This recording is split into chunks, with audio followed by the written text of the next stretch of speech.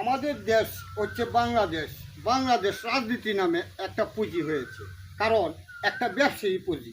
কারণ আমার বয়সটা 40 থেকে 50 হয়েছে, তবে 40 বছর থেকে আমি বুঝি, কিন্তু বুঝার পর থেকে বুঝি যে ঘুষ ছাড়া চাকরি হয় না, ঘুষ ছাড়া কোনো সরকারি অফিসে যাওয়া যায় না।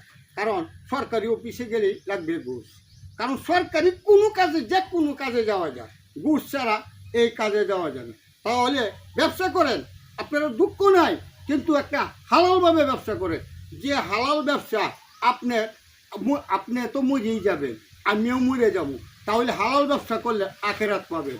আর বেহালাল ব্যবসা করলে টাকার বস্তার ব্যবসা যদি করেন, তাহলে সাধারণ জনগণ কষ্ট পায়। এই সাধারণ জনগণের গালিতে আপনারা আখের পাবেন না, পাবেন বর্তমান। কারণ বর্তমানে আপনাকে নিয়ে মিছিল দিবে, টাকার বস্তা কামাবেন ঘুষ খাইয়া। হ্যাঁ, আর জনগণ করবো কি, এই লোক বালা। আরে ভাই, টাকার বস্তা কামাইবেন, আপনি ঘুষ খাইয়া কাজ করে দেবেন, এই লোকটা ভালো হয়। আর যারা সৎভাবে কাজ করে, সৎ উপার্জন করে, তারা কিন্তু ভালো হয় না সমাজে। কারণ এটা আমি যতটুকু দেখছি, আমি হাইকোর্টে যাই, উকিল ধরলে যে উকিলে বেশি করে ঘুষ খায় আর জামিন দিতে পারে, সেই উকিল অনেক ভালো। আর যে উকিল ঘুষ না খায়, সেই উকিল রাস্তার ফকির। সেই উকিল কখনো এই ঘুষ খায় না যখন, তখন এই উকিলটা ভালো না, মানে হালাল কথা বলে।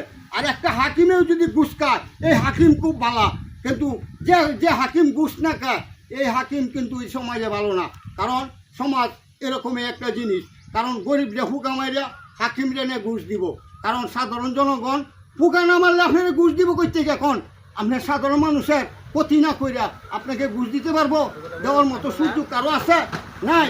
কারণ কেরে একটা হক হালালি টাকা কামাইলে অনেকটাই কষ্ট লাগে, কষ্ট ছাড়া হক হালালি ইনকাম করা যায় না। কিন্তু ঘুষ খাবেন, কিচ্ছু লাগবে না।